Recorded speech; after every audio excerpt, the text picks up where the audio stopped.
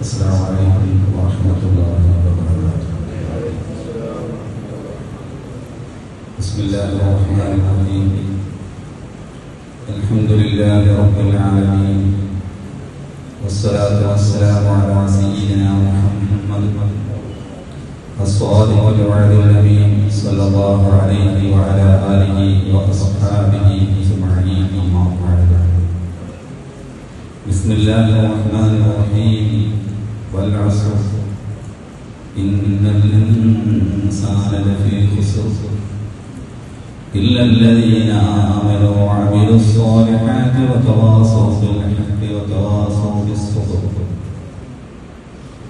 ഏറ്റവും സ്നേഹനിധികളായ മുഅ്മിനീങ്ങളെ, അല്ലാഹുവിന്റെ അനുഗ്രഹങ്ങളുടെ ഒരിക്കലൂടെ നമുക്ക് വെള്ളിയാഴ്ച ദിവസം അല്ലാഹുവിന്റെ ഭവനത്തിൽ തിരിച്ചുകൂടാൻ അല്ലാഹു അവസരം നൽകി.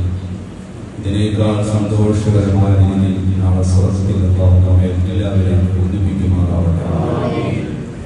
നമ്മുടെ എല്ലാ ദോഷങ്ങളും അല്ലാഹു നമുക്ക് പുറത്ത് രണ്ട് ലോകവും വിജയിക്കുന്ന ഭാഗ്യവാന്മാരും അല്ലാഹു നമ്മെ ചേർത്ത് അനുഗ്രഹിക്കുമാറാവട്ടെ. എല്ലാ വിഷമങ്ങളും പ്രയാസങ്ങളും സങ്കടങ്ങളും ദുഃഖങ്ങളും തീർത്ത് സലാമത്തിന്റെ വഴികൾ അല്ലാഹു തുറന്നു തരട്ടെ. പ്രത്യേകിച്ച് ഇന്ന് മരണപ്പെട്ടു പോയവരെ പള്ളിപ്പണിച്ചു മന്ദിരങ്ങളും എല്ലാവരുടെ കബറിലേക്കും അല്ലാഹു ഫിർദൗസിന്റെ വാതിലുകൾ തുറന്നു കൊടുക്കുമാറാവട്ടെ. നമ്മയൊക്കെ നാളെ സ്വർഗ്ഗത്തിൽ ജന്നാത്തുൽ ഫിർദൗസ് വസിക്കാൻ അല്ലാഹു തൗഫീഖ് നൽകുമാറാവട്ടെ. മുഅ്മിനീങ്ങളെ, അല്ലാഹു സുബ്ഹാനഹു വ തആല മനുഷ്യൻ നൽകിയിട്ടുള്ള അനർഘമായ അനുഗ്രഹമാണ് സമയം എന്ന് പറയുന്നത്. ഞാനിവിടെ ഓതി വെച്ച ആയത്തും സൂറത്തും അതിനെ സൂചിപ്പിക്കുന്നതാണ്. അല്ലാഹു സുബ്ഹാനഹു വ തആല സമയത്തെ പിടിച്ചുകൊണ്ട് സത്യം ചെയ്തുകൊണ്ട് പറഞ്ഞ കാര്യം സമയത്തെ തന്നെയാണ് സത്യം.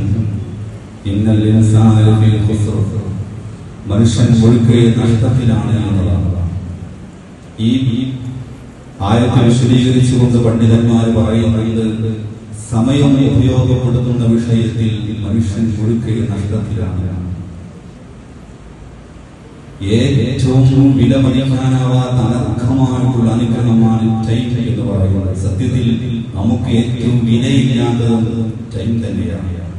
വിനോദങ്ങളിൽ ഏർപ്പെടുന്നവരോട് ചോദിച്ചാൽ അവർ പറയും ടൈം പാസിന് വേണ്ടിയാണ് പറയാം, സമയം പോകാൻ വേണ്ടിയാണ്. ഇതിന്റെ ആസ്വാദനങ്ങളോ ഇതിന്റെ ഹറാമോ കറാഹത്തോ ഒന്നും നോക്കിയിട്ടില്ല, സമയം പോകാൻ വേണ്ടിയാണ് ഞാൻ ചെയ്യുന്നത് എന്നാണ്. അപ്പോൾ അത്രയും സമയം വിലയില്ലാത്ത ഒന്നാണ് ടൈം എന്ന് പറയുന്നത്. എന്റെ പ്രിയപ്പെട്ട ചെറുപ്പക്കാരോടൊക്കെ ഞാൻ പറയുകയാണ്, നിങ്ങൾക്ക് സ്വർഗം വാങ്ങാൻ ഇതിനേക്കാൾ മനോഹരമായ സമയമില്ല, ഇതിനേക്കാൾ നല്ലൊരു അവസരമില്ല.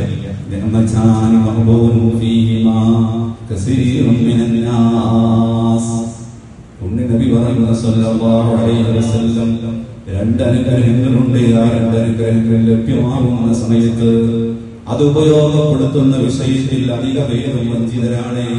അധിക പേർക്കും ആ രണ്ട് ആ ഉപകാരങ്ങൾ ഉപയോഗപ്പെടുത്താൻ കഴിയില്ല. ഒന്ന് ആരോഗ്യമാണ്, യുവത്വമാണ്, ആരോഗ്യ സമയമാണ്. രണ്ടാമത്തെ ടൈമുമാകുന്നു. സാന്ദർഭികമായിട്ട് ഞാൻ സൂചിപ്പിക്കുകയാണ്, ഇവിടുത്തെ ചെറുപ്പക്കാർ അൽഹംദുലില്ലാഹ് എല്ലാ മാസവും പള്ളിയിൽ ഹബീബായ റസൂലുള്ളാഹി സ്വല്ലല്ലാഹു അലൈഹി വസല്ലം കുറിച്ച് പറയുന്ന ഇഷ്ക് മജ്ലിസ് ഇവിടുത്തെ കാരണവന്മാരുടെയും മഹല്ല് കമ്മിറ്റിയുടെയൊക്കെ പിന്തുണയോടുകൂടെ ചെറുപ്പക്കാർ നേതൃത്വം കൊടുക്കുന്നു എന്നറിയത് അതിയായി സന്തോഷിക്കുകയാണ്. ഞാൻ അവരെ പ്രത്യേകമായി അഭിനന്ദിക്കുകയാണ്. ഞാൻ എന്റെ കാരണവന്മാരോടും ചെറുപ്പക്കാരോടും മഹല്ല് കമ്മിറ്റിയോടൊക്കെ പറയുന്ന ആ കുട്ടികൾക്കും പൂർണ്ണാർത്ഥത്തിൽ പിന്തുണക്കണം. എല്ലാവിധ സഹായങ്ങളും ചെയ്തു കൊടുക്കണം. സാമ്പത്തികവും ശാരീരികവും മാനസികവുമായ നിങ്ങളെ എല്ലാ പിന്തുണ അവർക്കുണ്ടാവണം. കാരണം നമ്മുടെ നാട്ടിലെ അവസ്ഥ നമുക്കറിയാം. ഇത്തരം കാര്യങ്ങൾക്ക് ചെറുപ്പക്കാരെ സംഘടിപ്പിച്ചാൽ പോലും വരാത്തൊരു കാലഘട്ടത്തിൽ ചെറുപ്പക്കാരെ സംഘടിപ്പിക്കുന്നു എന്ന് പറയുന്നത് ഇത്തരം കാലഘട്ടത്തിൽ കൊടുങ്കാറ്റാണ്ടി വീശുമ്പോൾ ദീപം തെളിയിക്കാനുള്ള ശക്തമായിട്ടുള്ള നെഞ്ചുള്ളവർക്ക് മാത്രം കഴിയുന്ന കാര്യമാണ്. അതുകൊണ്ട് ആ മക്കളെ അഭിനന്ദിക്കുന്നതോടൊപ്പം അവരെല്ലാവിധ പിന്തുണയുണ്ടാവണമെന്ന് ഞാൻ സാന്ദർഭികമായി ഓർമ്മപ്പെടുത്തുകയാണ്. ഇൻഷാ അല്ലാഹ് ഇന്ന് നമ്മൾ പള്ളിയിൽ നടക്കും. ഇന്നാണ് ദിവസം സാധ്യമാവുന്ന എല്ലാവരും അതിൽ പങ്കെടുക്കണമെന്ന് ഞാൻ സാന്ദർഭികമായി സ്മരിച്ചു. മാത്രം യുവാക്കളുടെ കാര്യം പറഞ്ഞതാണ്. അതുകൊണ്ട് 2 സമയം ഏറ്റവും പ്രധാനമായ യുവാക്കൾക്ക് സ്വർഗം നേടാൻ കഴിയുന്ന ഒരു ടൈമാണ് യുവത്വ സമയം എന്ന് പറയുന്നത്. ടൈം തന്നെ ഏറ്റവും പ്രധാനമാണ്. ഈ ടൈമിന്റെ വില അറിയുന്ന 3 ഘട്ടങ്ങളുണ്ട്. എന്നാൽ ഈ 3 ഘട്ടങ്ങളിലും സമയത്തിന്റെ വില അറിയാത്ത യാതൊരു കാര്യവുമില്ല. ഈ ജീവിതത്തിൽ ഈ സമയത്ത് നമുക്ക് സമയത്തിന്റെ വില തിരിച്ചറിയാൻ കഴിയണം. ഒരു ഘട്ടം ഏതാണ്? റബ്ബിലൗലാ അഖർതനി ഇലാ അജലിൻ ഖരീബ് വഅസ്സദ്ദഖ വഅകും മിനസ് സ്വാലിഹീൻ. റൂഹ് പിടിക്കാൻ വേണ്ടി അസ്റായീൽ അലൈഹിസ്സലാം വരുന്ന സമയത്ത് അതുവരെ നടന്ന മനുഷ്യൻ, വലിയ വലിയ ആയുസ്സ് ലഭ്യമായ മനുഷ്യൻ അവസാനമായിട്ട് കരുതുന്നത് എന്താണെന്നറിയോ? റബ്ബിലൗലാ അഖർതനി ഇലാ അജലിൻ ഖരീബ്. അജലുൻ ഖരീബ് എന്ന് പറഞ്ഞാൽ അറബ് ഭാഷ പഠിച്ചവർക്കറിയാം. മൈക്രോ സെക്കൻഡുകൾക്ക് പോലും അറബ് ഭാഷയിൽ അജലുൻ ഖരീബ് എന്നാണ് പറയുക. സെക്കൻഡിനേക്കാൾ ചെറുതാണ് മൈക്രോ സെക്കൻഡ്സുകൾ എന്ന് പറയുന്നത്. ആ മൈക്രോ സെക്കൻഡ്സുകൾക്ക് പോലും അറബിയിൽ അജലുൻ ഖരീബ് എന്നാണ് പറയുക. എന്ന് പറഞ്ഞാൽ എത്ര സമയം പിന്നിച്ചു തരുമോ? സെക്കൻഡുകളൊന്നും പിന്നിച്ചു തരുമോ?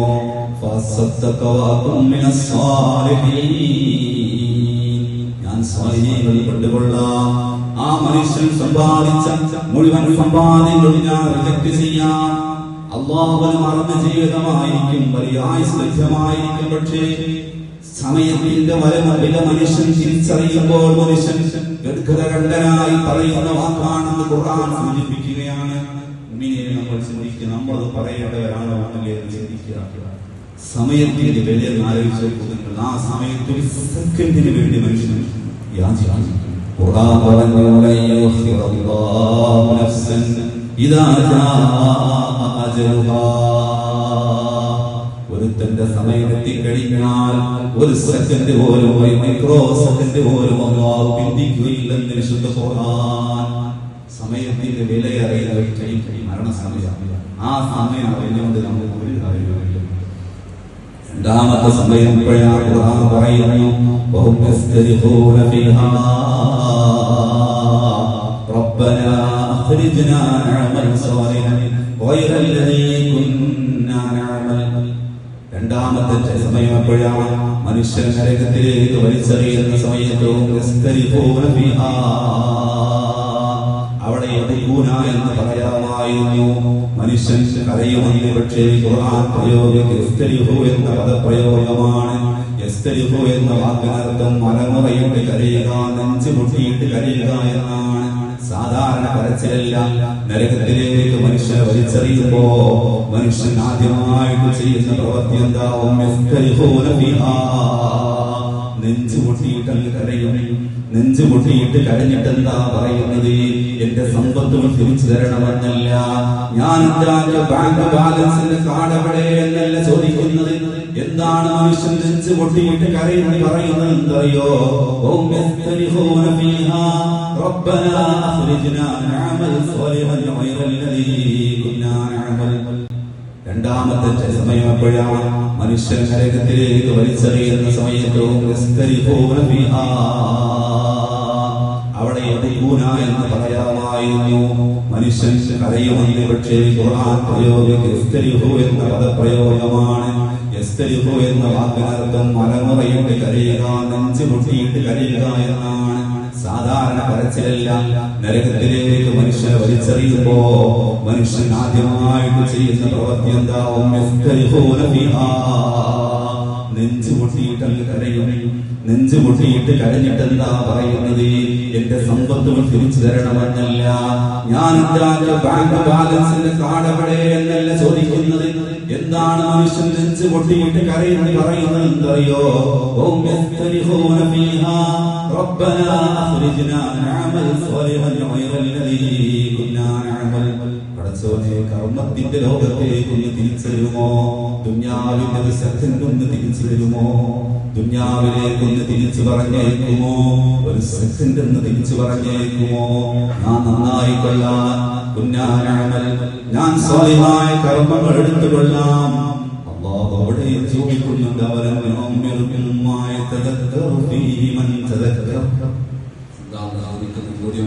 നിങ്ങൾക്ക് ഞാൻ ദുനിയാവിൽ ടൈം തരുന്നില്ലേ?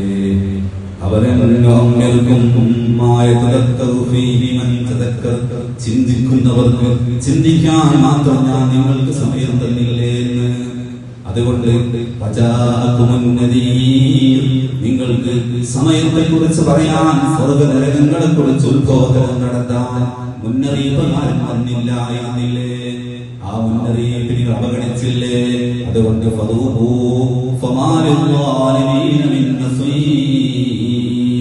ഇവിടെ അക്രമികൾക്ക് യാതൊരു സഹായവുമില്ല.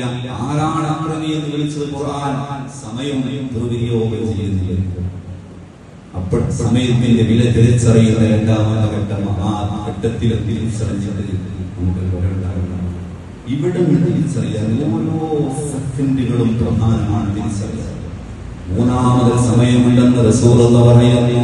അത്ഭുതപ്പെടുത്തുന്ന ഹദീസാണത്. ഇത് നമ്മൾ കേട്ടാൽ അത്ഭുതപ്പെട്ടു പോകുന്ന ഹദീസാണ്. പുണ്യനബി പറയുകയാണ്, നമ്മൾ ചെവിട് വെച്ചതിന് ശേഷം ഇങ്ങനത്തെ വചനം കേട്ടിട്ടുണ്ടോ? സ്വർഗാവകാശി ഖേദിക്കുമെന്ന്. സ്വർഗാവകാശി സ്വർഗത്തിലെത്തിയാലും അവന്റെ ഖേദം തീരുകയില്ല. ഏത് സ്വർഗത്തെ കുറിച്ചാണ് ലോകനായകൻ പറഞ്ഞത്? സ്വർഗത്തെ വിശദീകരിച്ചുകൊണ്ട് നബി പറഞ്ഞതെന്താ?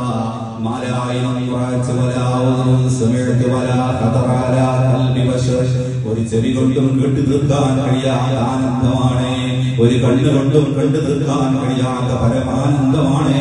ഒരു ഡിസൈനറുടെ മനസ്സിലൊതുക്കാൻ പോലും സാധിക്കാത്ത, ഇമാജിനേഷൻ പോലും ചെയ്യാൻ കഴിയാത്ത സുഖങ്ങളുടെ സങ്കേതമാണെന്ന് പറഞ്ഞ അതേ പരിശുദ്ധ നബി സല്ലല്ലാഹു അലൈഹി വസല്ലം അതേ അകരങ്ങൾ മൊഴിഞ്ഞ വാക്കാണ് സ്വർഗാവകാശി പോലും ഖേദിക്കുമെന്ന്.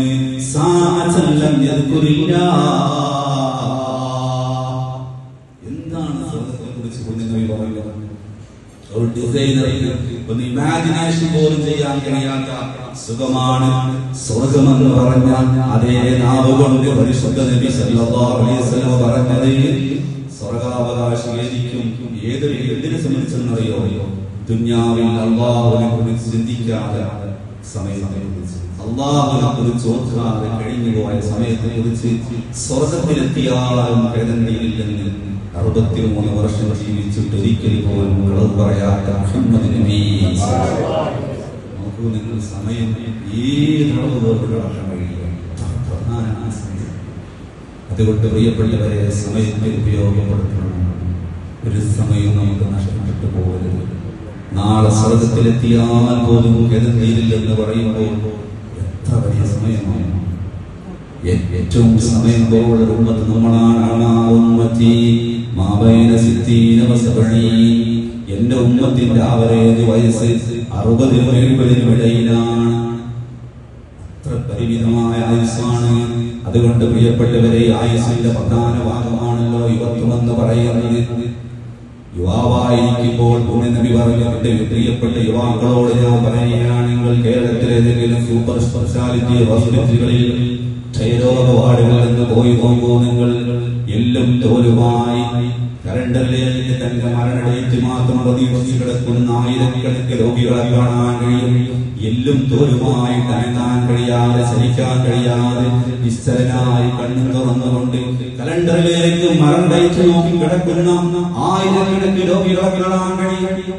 അവരാരോഗ്യ ദൃഢഗാത്രന്മാരായിരുന്ന ഒരു കാലത്ത് അവർ കിഞ്ചലുകളിൽ ചാക്കുകൾ തലയിലേക്കിയവരായിരുന്നു. അവർ മുഷ്ടിചുരുക്കി പ്രകടനം വിളിച്ചവരായിരുന്നു. അവർ സ്വസ്ബാങ്ക് കാണിച്ചുകൊണ്ട് എതിരാളികളെ വെല്ലുവിളിച്ചവരായിരുന്നു. എല്ലാം കഴിഞ്ഞു, എല്ലാം നഷ്ടപ്പെട്ടു, എല്ലാ ആരോഗ്യവും നഷ്ടപ്പെട്ടു. അവർ ഈ മരണത്തെ മാത്രം കൊതിച്ചു കിടക്കുകയാണ്. അങ്ങനത്തെ അവസ്ഥ നമുക്ക് നാളെ വരും.